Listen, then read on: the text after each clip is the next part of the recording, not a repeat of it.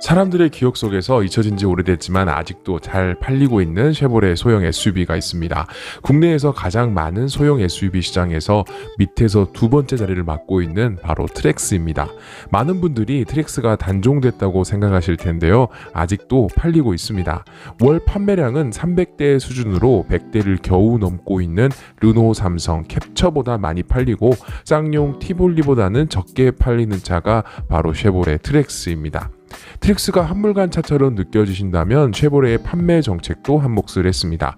경쟁 소형 SUV에 비해 작은 차체와 실내 공간, 비싼 가격은 치열한 소형 SUV 시장에서 큰 장점을 갖추질 못했습니다.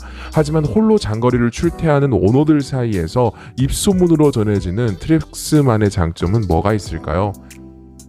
트랙스 1.6 디젤의 경우 복합 연비가 14.1km/L 수준으로 장거리 운행 시 높은 연비를 자랑합니다. 연비 모드로 주행했을 경우 20km/L가 소모되는 트랙스 디젤의 경제적 장점은 분명히 있어 보입니다. 하지만 셀토스 2륜 디젤 연비가 17.0km/L인 것만 감안하면 꼭 연비 때문인 것만은 아닐 것 같습니다. 실제로 트랙스 오너들이 자랑하는 장점은 탄탄한 주행감과 묵직한 안정성입니다. 흥미로운 사실은 트랙스의 공차 중량이 1365kg으로 소형급에서 가장 덩치가 큰 셀토스와 비슷하며 바로 윗등급인 트레일 블레이저와도 유사합니다. 이 트랙스의 작고 단단한 승차감이 매력적이긴 하지만 협소한 실내 공간, 동급 대비 비싼 가격 등 장점보다 단점이 더 많은 것도 사실입니다. 하지만 매력적인 18인치 휠과 컨티넨털 타이어를 옵션으로 선택할 수 있고 장거리를 누구보다 안전하게 주행하고 싶은 오너들에게 심리적인 안정감을 주는 차이기도 합니다. 게다가 트레일 블레이저가 가솔린 단일 트림으로만 판매가 되고 있어서 더 뉴 트랙스 1.6 디젤에 대한 인기는 일부 장거리 출퇴근 운전자들에게 적합한 차량으로 인정받고 있습니다.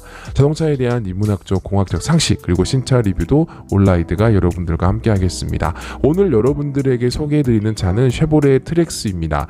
이미 한물이 지난 차량이기 때문에 이 차량을 이제와 다시 소개한다는 것이 다소 좀 어색한 부분은 있습니다. 저는 개인적으로 이 차를 처음 봤을 때 정말 사회 초년생들이 꼭 탔으면 좋겠다라는 느낌이 들었던 차이기도 했습니다. SUV의 어떤 통통한 디자인도 있지만 사이즈도 굉장히 컴팩트해서 여기저기 다니기도 좋을 것 같고요. 특히 전면과 후면의 디자인이 매우 매력적이고 최근에 나오는 더 뉴 트랙스 같은 경우는 디자인적인 완성도가 굉장히 높다는 생각이 듭니다. 하지만 실내 공간이 매우 좋고요. 실제로 운전을 했을 때 차고가 조금 높다라는 생각이 좀 많이 들었습니다. 시트는 많이 딱딱하고 실내 디자인은 정말 옛날 차스러운 디자인, 게다가 작은 내비게이션과 같은 것들만 본다면 이 차량이 요즘 경쟁할 수 있는 소형 SUV에 비해선 한없이 뒤처지는 것은 사실입니다. 하지만 쉐보레만의 안전성만을 가지고 논의해서 본다면 이 차량은 혼자 타기엔 정말 좋은 차다라는 생각이 들고요. 굳이 선택해야 한다면 저는 1.6 디젤을 선택할 것 같습니다. 국내에서 전량 생산이 되지만 외부로 나가는 차량들은 사륜구동이 있는 반면 국내에 있는 차량들은 사륜구동이 없는 것이 또 아쉬운 차량이기도 하죠. 여러분들의 생각은 어떤가요? 여러분들의 생각은 어떠신가요? 영상이 유익했다면 구독과 좋아요도 부탁드립니다.